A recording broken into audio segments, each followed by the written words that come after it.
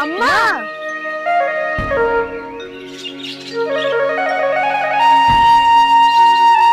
ಏನು ಮಕ್ಕಳೇ? ನಮ್ಮನ್ನು ಆಶೀರ್ವದಿಸಮ್ಮ. ನನ್ನ ಆಶೀರ್ವಾದ ಸದಾ ಇದ್ದೇ ಇರುತ್ತದೆ. ಇದೇನಿದು ಮಕ್ಕಳೇ, ಧನುರ್ಬಾಣಗಳನ್ನು ಧರಿಸಿ ಎಲ್ಲೋ ಹೊರಟಿರುವಿರಲ್ಲ? ಅಮ್ಮ, ಸಮಿತ್ತುಗಳನ್ನು ಮತ್ತು ಗಿಡಮೂಲಿಕೆಗಳನ್ನು ತರಲು ನಾವು ಅರಣ್ಯಕ್ಕೆ ಹೊರಟಿದ್ದೇವೆ.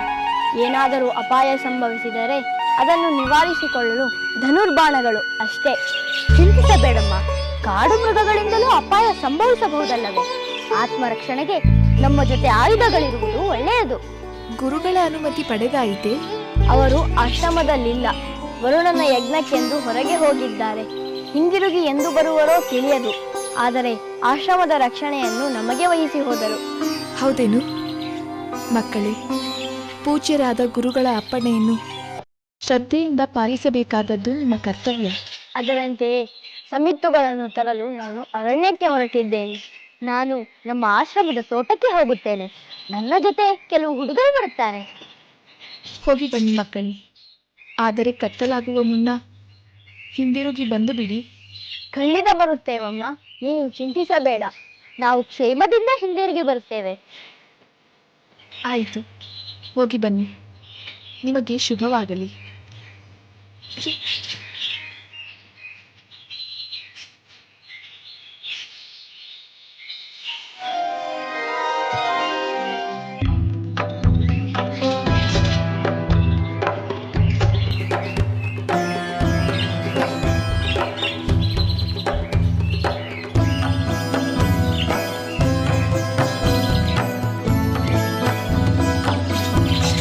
ಸಾರಥಿ,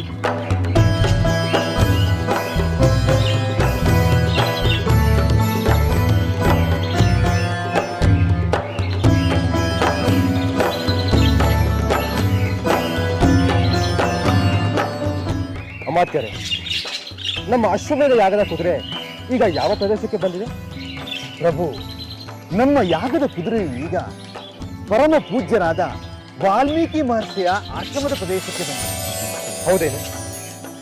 ನಮ್ಮ ಯಾಗದ ಕುದುರೆ ಇಲ್ಲಿಯೇ ಸ್ವಲ್ಪ ಹೊತ್ತು ನಿಂತರೆ ನಾವು ಮಹರ್ಷಿಗಳ ದರ್ಶನ ಪಡೆದು ಅವರ ಆಶೀರ್ವಾದವನ್ನು ಪಡೆಯಬಹುದು. ಹೌದು ಪ್ರಭು, ಇಲ್ಲಿ ನಮ್ಮ ಯಾಗದ ಕುದುರೆಯನ್ನು ಕಟ್ಟುವವರು ಯಾರೂ ಇರುವುದಿಲ್ಲ. ನಾವು ಮಹರ್ಷಿಗಳ ದರ್ಶನ ಪಡೆದು ನಂತರ ಕುದುರೆಯನ್ನು ಹಿಂಬಾಲಿಸಿ.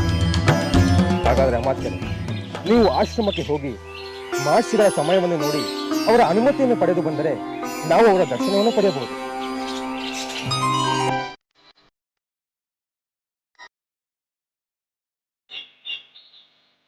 ಪ್ರಭು, ನಮ್ಮ ಯಾಗದ ಕುದುರೆಯು ವಾಲ್ಮೀಕಿ ಮಹರ್ಷಿಗಳ ಆಶ್ರಮದ ತೋಟದಲ್ಲಿ ಪ್ರವೇಶಿಸುತ್ತದೆ.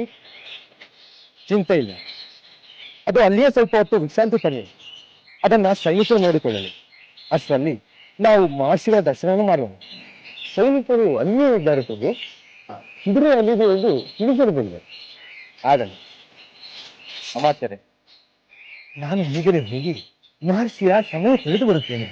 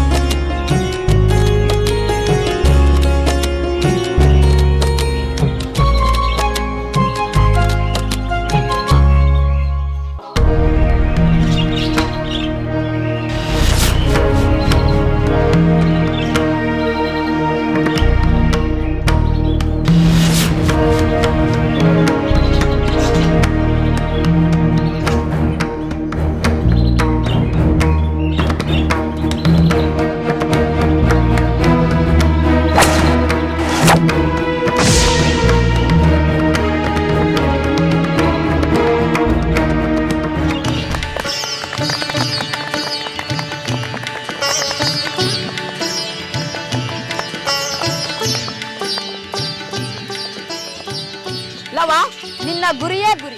ನಿನ್ನಂತ ಗುರಿಕಾರರು ಬೇರೆ ಯಾರು ಇರುವುದಕ್ಕೆ ಸಾಧ್ಯವಿಲ್ಲ. ಹೊಗಳಬೇಡಿ, ನನ್ನ ಸೋದರ ಕುಶ ಕೂಡ ನನ್ನಷ್ಟೇ ಚತುರ ಬಿಲ್ಲುಗಾರ. ನನಗೇನೋ ನೀವಿಬ್ಬರು ಮಹಾ ಬಿಲ್ಲುಗಾರನಾದ ಶ್ರೀರಾಮಚಂದ್ರನನ್ನೇ ಮೀರಿಸಬಹುದು.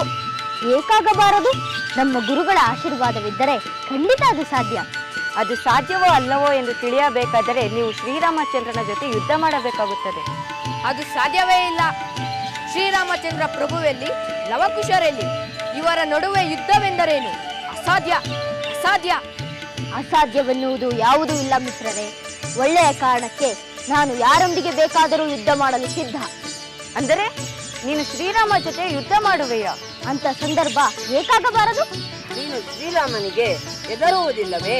ಏಕೆ ಹೆದರಬೇಕು? ನಮ್ಮ ಕಡೆ ಧರ್ಮವಿದ್ದರೆ, ಕಾರಣ ಅಥವಾ ಉದ್ದೇಶ ಒಳ್ಳೆಯದಾಗಿದ್ದರೆ ಶ್ರೀರಾಮನೇ ಆಗಲಿ ಬೇರೆ ಯಾರೇ ಆಗಲಿ ನಾನು ಹೆದರುವುದಿಲ್ಲ. ಲವಕುಮಾರ, ಅಲ್ಲಿ ನೋಡು.